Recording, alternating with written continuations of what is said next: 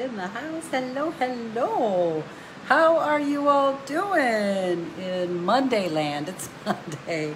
And tonight's Talk Tune-Up topic is about sexual abuse healing. Now, this lecture is for anyone who survived sexual assault, sexual molestation, overt, covert, doesn't matter. Overt and covert meaning it might have been explicit, it might have been just verbal, or if you know someone who has. And the statistics are pretty crazy. So chances are really high that you know somebody in your immediate family that has dealt with this or is processing it. And sexual abuse healing. Okay, so I'm 57. I started healing from sexual abuse trauma. I was molested as a child. I started healing when I was in my 20s. So, like, real healing, authentic healing to me is a lifelong journey. This isn't like, oh, you're going to listen to this and everything's great. No. I wish that were the case, okay? I wish that were the case. Hi, Jeannie. I see you guys are starting to show up. So let me do this. How about I go through my usual announcements and then we'll get rocking, because I have an idea of how to do this today. Let me move this stuff over. I'm moving stuff over my computer so I can see this well. Here we go. Okay, so let me start off with just simply shouting out General Motors. General Motors is a huge sponsor of ours, and they really care about authentic healing, mental health. They care about that. So I love you, General Motors. I don't have any words. If it weren't for a man named Reggie Humphrey, who saw the apology you'll never receive at a workshop. It was a national conference, and just said, oh my gosh, you got to do this everywhere. If he hadn't become my champion, I don't know what would have happened with Project Forgive, because he's been such a huge champion. And General Motors overall. It even had me go out and buy an Encore. That's our car. We got a Buick Encore. All right, couple of announcements. We have a Facebook group called Joy is a Habit, and we really believe that joy is a habit. I don't care if you're dealing with sexual abuse, trauma, pain from your past, difficult people in your life, horrible bosses. If you can't find some joy, you're kind of screwed, okay? Because life was not meant for us to go through and just get through. It's to actively participate in finding joy in our hearts. Oh, I see the first timers. Oh, Baxter, you're so sweet.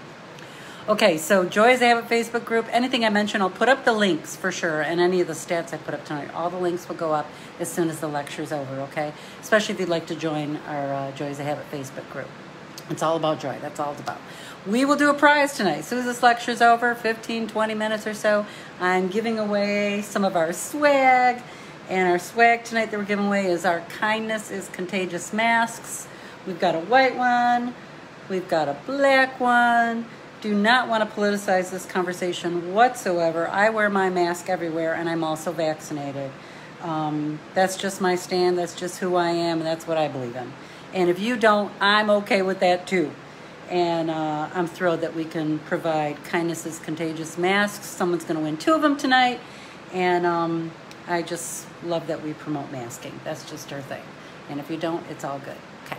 And go see our swag. We got lots of swag. We've got necklaces, our Apology You'll Never Receive necklace. We have Forgiveness Essential Oil. Go check us out and see what we got. We got it here, right here on Facebook. You can also go to our website at projectforgive.com. If you purchased in the past, anytime you want to leave us a review, we just love you and appreciate you and send you hugs and kisses. Our next paid workshop, we have paid workshops, and there's a caveat to the paid. They're $6.99, and you will never be turned away. If you can't afford $6.99, we've got scholarships. It's all good. We've got, actually, that's one of the reasons what we use stars for, because when you give us stars, we use them for scholarships. The event is on September 29th. It's promoted here on Facebook, and it's on Zoom. And it's an hour-and-a-half class, and it's all about accepting the apology you'll never receive. And it's very private, creates safety so you can really be vulnerable and share what's going on for you. And it's just our standard workshop that we do every other month right now. We are looking for a sponsor, so if you know a company that would be thrilled to sponsor what we're doing, we'd love that. And we always pick a topic around forgiveness to explore, so we get some new critical thinking skills like forgive and forget, like challenging that notion or that myth, forgive and forget. It's really forgive and remember, dependent, of course, on the the hurt that you experienced. But you want to remember it so you can put boundaries in place so the behavior doesn't keep happening over and over. So forgive and forget is a myth unless it's something very simple like someone, I don't know, cut you off on the freeway. I can forgive that pretty easily, and I forget it pretty easily too. Other stuff, not so much, okay? Let's see. And I will put an email up there too if you are inspired to get one of our scholarships, okay? It's at joy@projectforgive.com. And if you're new, tell us. We want to welcome you. We love to welcome new folks that happen to catch the lecture. Thank you for the stars, Louise. How beautiful. You see if there's anything you're saying before I get going that I need to address. Ooh, Tina. This is from our organization. My company is Shawne TV, and Project Forgive really makes a difference. We really love to focus on women leaders. I'm also a survivor, and I promote Survivors of Incest Anonymous heavily, and I'll be using that as a resource tonight, okay? All right, let's see. Anybody else saying something that I need to pay attention to? Thank you, Liz. You guys are so beautiful. Cambria, welcome. So glad you're here. Hey, Jacqueline's new too. Welcome, Jacqueline. Hey, Arnwald. Glad to have you here. Okay, so I'm going to start the lecture. It's about sexual healing. I have 3 things that I'm focusing on tonight. I'm going to focus on some stats that provide validation. I also want to talk about how it impacts our brain, sexual assault or sexual abuse, how it impacts our brain. And then I'm going to give you a couple of ideas for sharing and how to get your needs met and creating boundaries around sharing, because it's very vulnerable to share about inappropriate sexual encounter. It's so hard, and it's so raw, and it's so shame-filled. So I'm going to give you some ideas, okay? All right, let's see. Aw, thank you. Touch many. How have you not hated yourself? Oh, Christy, that is a journey all on its own. That's something I daily battle, and I win. I look at survivor assault as being a survivor. You know, we say, I'm a survivor when we go to SIA. And I'm at the point now at 57 where I'm a thriver. Still part of who I am, being a survivor of sexual assault. And it's not my identity anymore. And that's actually one of the benefits of actually doing the work to heal. And it is some deep, deep work. Okay, so the resource I want to give you is called RINN, R-I-N-N. I will give you the links and all that. And I got the stats, and every time I look at the stats, I just go, holy freaking crap. This is just so insidious. And here are some of the stats that I found. Every 68 seconds, and forgive, it's American-based research, an American is sexually assaulted. Every 68 seconds, and every 9 minutes, that victim is a child. Every 9 minutes. Now, the number of people victimized each year, children, more than 60,000 victims. Inmates in prison, over 80,000. The general public, it's nearing 500,000 per year. And in the military, any unwanted sexual contact, about 18,900 complaints a year. That's a lot of stats.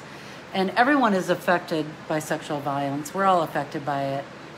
1 out of every 6 American women has been the victim of an attempted or completed rape in her lifetime. 1 out of every 6. 3% of American men, or 1 in 33, have experienced an attempted or completed rape in their lifetime.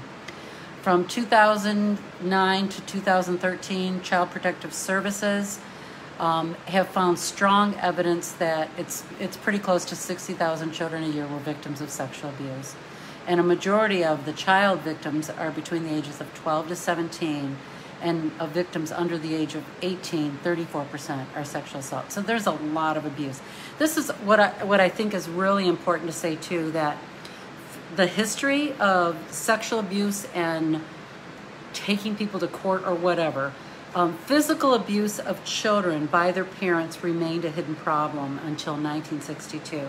That's when an article was published by a guy named C. Henry Kempe. I'll put his name up and give you the link.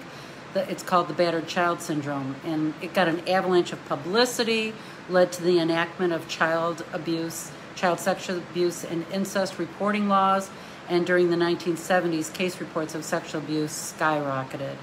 And by the 1980s, scientifically valid studies of the incidence and consequences of childhood sexual abuse are being published, and it's continue being published. So that's a really, really great thing.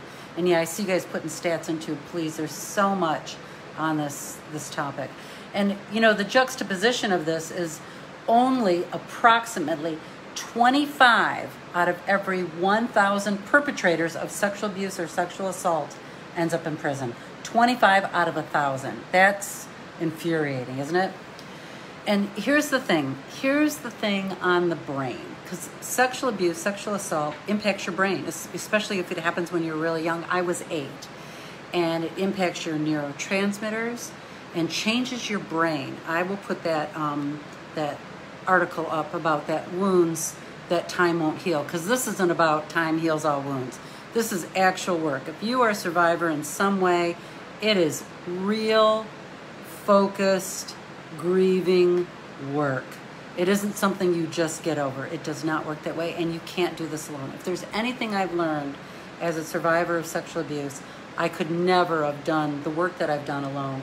There's something about going to like a 12-step program like Survivors of Incest Anonymous, I'll put that up, that link, of people witnessing your grief and seeing what you went through. Plus, the biggest benefit of choosing to do a 12-step program, whether it's weekly or whatever, is you're not alone. You think all these feelings, the shame, the crap that goes with it, the rage, all those feelings, you think you're alone, and you are not. And it's so neat and so exciting and so beautiful. It touches me when someone else can see your pain and can validate it and say, I'm there with you, sister. I went through it too. So it moves me very, very deeply. So I'm not going to go too deeply into brain and science. I will mention a couple things. There's a lot of studies on the hippocampus, part of your brain, that it alters your development, causing deficits in verbal memory. So if you struggle being fast on your feet, that has a lot to do with being a survivor in some way. And it also increases dissociative symptoms. And, you know, in plain speak, being present, really working hard to be present. And I feel like myself as a survivor, that's something I've worked on so deeply. Different activities, walking meditations to feel my feet when I walk, doing certain things so I can get so present in my body. And before I go into some of these resources and some ideas of how you can communicate, I wanted to share this, what my experience was, the thing that I learned, that through my recovering my soul again, because incest is so insidious, sexual assault is so insidious, it actually harms your soul, and it's deep soul work. And what I've noticed for myself is that there's a layering of understanding. Like the worst is over, you live through it. That's one thing that's always kept me going. I've lived through it. Now it's just about unpacking some of these emotions that are like barnacles on your body, like barnacles on a boat, so you can start releasing some of this energy. And it's a layering. It comes in layers, like peeling an onion. I'm sure you've heard if you've done counseling, and I highly recommend counseling too, okay? But here's an example. As you're going through this process of healing sexual wounds, triggers happen, right? Triggers are things that might take you back to when you were violated in some way sexually. And I have a few triggers. A couple of my triggers are clicking pens, gum popping. Certain noises can take me right back to when I was 8 years old, mostly because the man who molested me, my stepdad, used to click pens, he used to click his fingernails, he'd crack his knuckles. So any of that sounding always takes me back to that. I also struggle with the smell of feces. And I'm sharing this so openly because many survivors, we have lots of smell triggers, we have lots of noise triggers, many things trigger us. And I'd have to say at 57, I have less triggers now. Like I don't feel a whoosh in my body when it happens, sometimes depending on how tired I am. And it's become manageable. And one of the ways that we do with the poop smell, sorry for the analogy, but that's just what's true for me.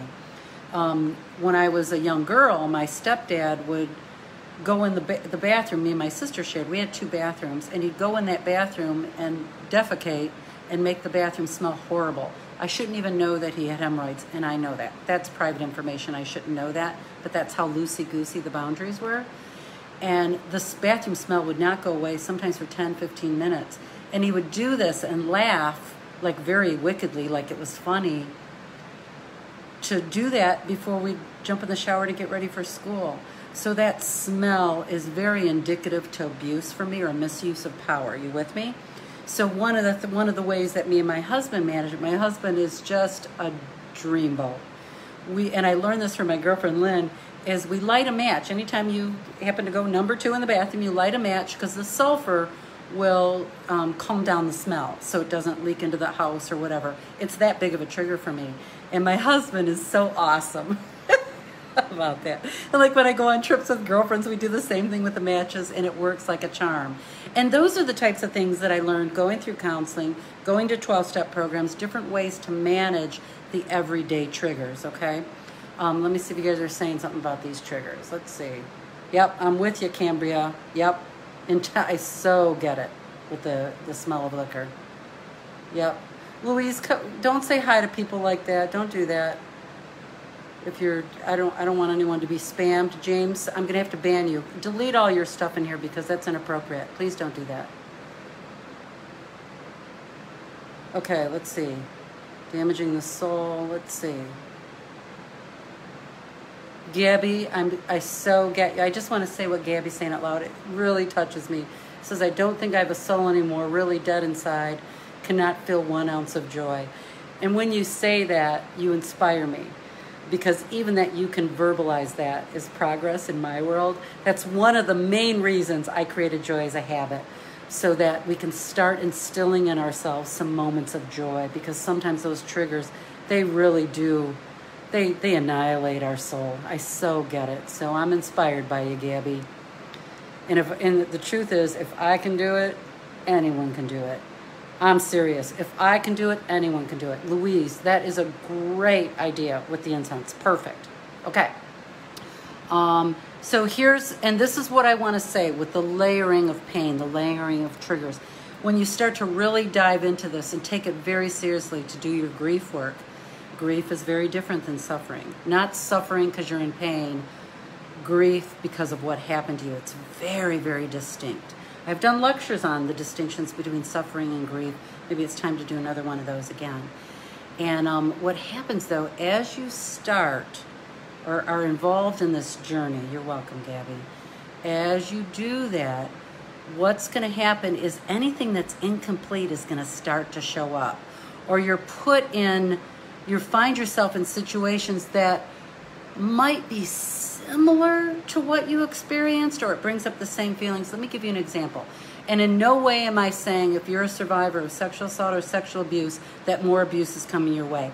That's not what I'm about to say. You got it? What I'm saying is there's an energy, there's something about you when you've been perpetrated in this way that brings other perpetrators. So you start seeing stuff you never saw before. Here's a perfect example. When I was in my late 20s, I was hot and heavy in my incest recovery. And I worked at a TV station, WTVG, and my background is news. And the anchor, his name is Jerry Anderson. It feels very good to say his name, okay? He was like the big cheese in the newsroom. And I was at a Christmas party, and he grabbed my butt when I was on an actual payphone. That's before we had cell phones. This has been like 1990 when the Anita Hill stuff was going on, if you remember that. And he grabbed my buttocks so hardly with both hands that I had bruises on both cheeks. I was in shock, okay? That was so assaultive, that blew my mind, okay? It was also a really good thing that happened for me rather than to me, because I got my ducks in a row. I stood up for myself. I did things I never thought I would do. It actually even gave me another opportunity to rewrite history in a sense. So now I could actually speak up as a woman 28 or 29 years old. And I did some pretty cool things. At that time, it wasn't appropriate to tell. So I did things like write little news stories, told one person in the newsroom. My PhD is in gossip, how gossip theory works. I told one key person because I knew he would tell everyone in the newsroom that happened. And I was never bothered again, and I was treated with dignity and respect. The choices that I made. It's not significant in this moment to share about those choices, but I went to my boss, did all that thing. What I later found out with my boss is that he went to prison like 6 years after I left the station. His name was Alan Audette, and I'm very comfortable saying his name.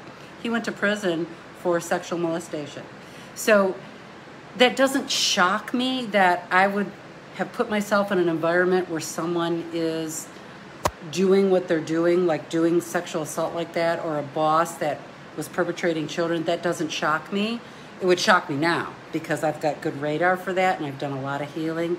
So I'm not saying this to you to say you're up for more abuse. That's not what I'm saying. What I'm saying is certain things will trigger it and move you through it quicker. And I really do. Project Forgive is non-religious. Of course, I have my own spiritual pieces. And for me, that was in my experience, that was God's way of guiding me to get my power back, to be expressed, push me through dealing with grief of what happened when I was 8. So I welcomed it. At the time, it didn't feel like that. Are you with me? This was a year, 2 years, 3 years later where I was able to process it, because sexual assault or sexual abuse is a long process. It's a journey. It's not an event. Okay? All right.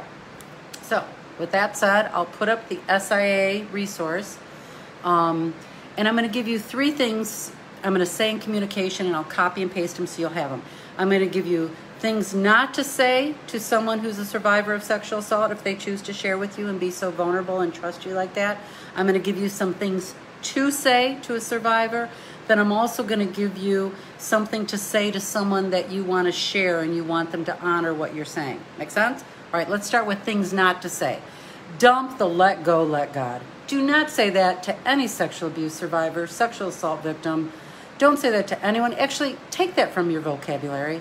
Let go and let God is a cliche that is actually very dismissive and doesn't feel good. So take that one out of your vocabulary forever, okay? Another thing not to say, aren't you over that yet? If someone said that to me at 57, I'd say, really? Let's talk about why you would say that, because I'm 57. I don't believe this will ever be over for me. It's indelibly part of who I am and who I've become, and I love the person I've become despite being sexually assaulted or going through sexual abuse. Don't say time heals all wounds, because that is just a downright it's a falsity. Time does not heal all wounds. I can imagine someone who's been sharing here tonight that she might have been abused 30 years ago. Time did not heal that. This is active, involved, healing grief work. You do not get better just by letting the time pass. As a matter of fact, you probably even worsen it when it comes to sexual abuse and sexual assault, because it's compound pain, because behaviors are still going on that you're not conscious of that bring in really difficult, painful ways that people interact with you, okay? Good. I'll come to the notes in just a second. So those are the 3 things you don't ever want to say. Let go and let God. Aren't you over that yet? Time heals all wounds. No. Things to say. Easy peasy. And the less said, the better. Because when someone's sharing something this painful with you, they are seeing you as someone who is witnessing their pain. And I don't know what can be more precious in a vulnerable relationship, an intimate relationship, than allowing someone to witness your grief. It's a very beautiful, beautiful thing. So things you can say. I am so sorry. I am so sorry. Another one. I can't even imagine what that would be like. Wow. Another really easy, good one. I love you. That simple. It's that simple. There's nothing you can say that's going to fix us. Nothing. Except, I love you. I'm so sorry. I can't even imagine what that would be like. Wow. Yep. It's okay, Kathy. It's recorded. It's all good. You didn't miss a darn thing. Okay. Now, if you're the survivor and you want to ask someone to, we call it holding space or holding fear or just holding a container for you to share. You can say something like, here's a couple of ways to say it.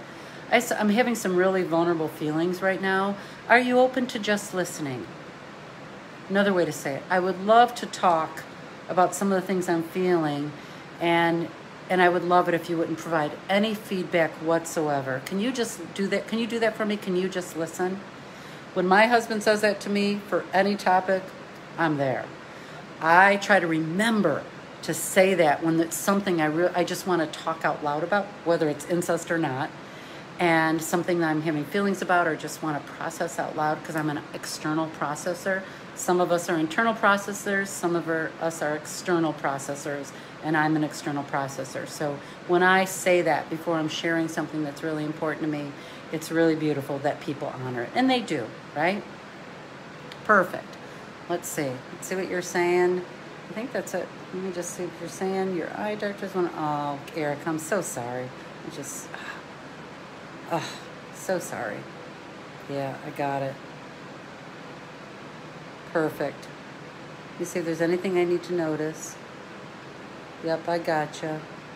Yep, absolutely love the validation, Gabby. Perfect. Yep, I'm with ya. Well, I hope that was helpful. This is going to be an ongoing conversation, and I'm going to start numbering the sexual healing, sexual abuse healing. This one's number 1. Maybe in a month I'll do number 2, so I can refer back to some of them when I do this again. Sound good? Okay, so here we're going to do a prize, okay? Wait, how do you segue out of sexual abuse healing into a prize? You will get through this. Even if you're watching this, that tells me you have what it takes. Because sometimes that was one of the things I'd question myself the most, like, do I have what it takes to get through this? Because some days the pain is so bad and so debilitating, and it can be misdiagnosed as depression when actually you're just really, really deeply grieving. And it comes in waves, right? It comes in waves. And reminder, do not do this alone. Get help. You don't have to do this alone. You can't really do it alone. There's something very healing about people witnessing what you experienced. Okay. All right. Prizes. Someone's winning a damn prize. Excuse my language. And we got 2 masks tonight. Kindness is contagious. We've got white ones. We got black ones. The only caveat is you must be in the USA to win the prize. And this is how you're going to win. You can put, you can spell the word love, L-U-V. You can just put the word L in the comments, not little hearts going up, but in the comments. The 9th person that puts in the word love is going to win this. You must be in the United States. I'll say it again. You must be in the United States to win this. And I'll start counting here. So Gabby's number 1. And it goes by my feed. So that's the other caveat too. Erica's number 2.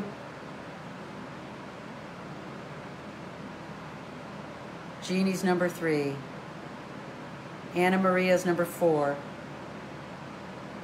Anna Maria's number 4. We're getting to number 9. Maureen is number 5. Marina's number 5. We're going to 9. Kat is 6.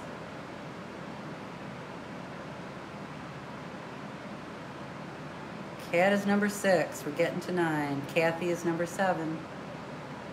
Maureen is number 8. You can do it more than once. Number 9 is next. Who's winning these masks? Erica, it's you. Beautiful.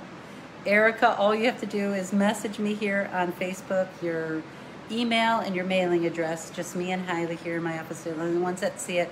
We only get your email so we can give you the tracking, so you can keep track. So it's you, Erica. Rock and freaking roll, darling.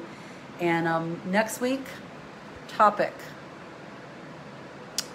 healing the loss of mom. We're going to focus just on mom, healing the loss of her, whether it's loss through death, loss through caregiving, loss through Alzheimer's, loss through abandonment. We're doing loss of mom. We're going to really focus on that feminine energy and loss of mom. Okay, that's next week.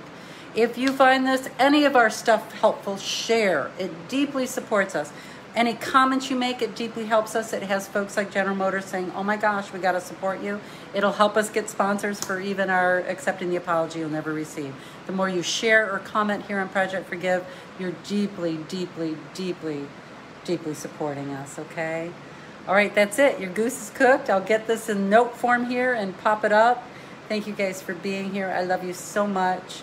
I'm inspired by your courage. I just am. If someone had told me 10 years ago I'd be on Facebook Live talking about sexual abuse healing, I would have said, you're crazy. I would never do that. And there is a way out. There's always a way out, and the way out is through. It really is. Okay. Love you guys. Talk to you soon. Bye-bye.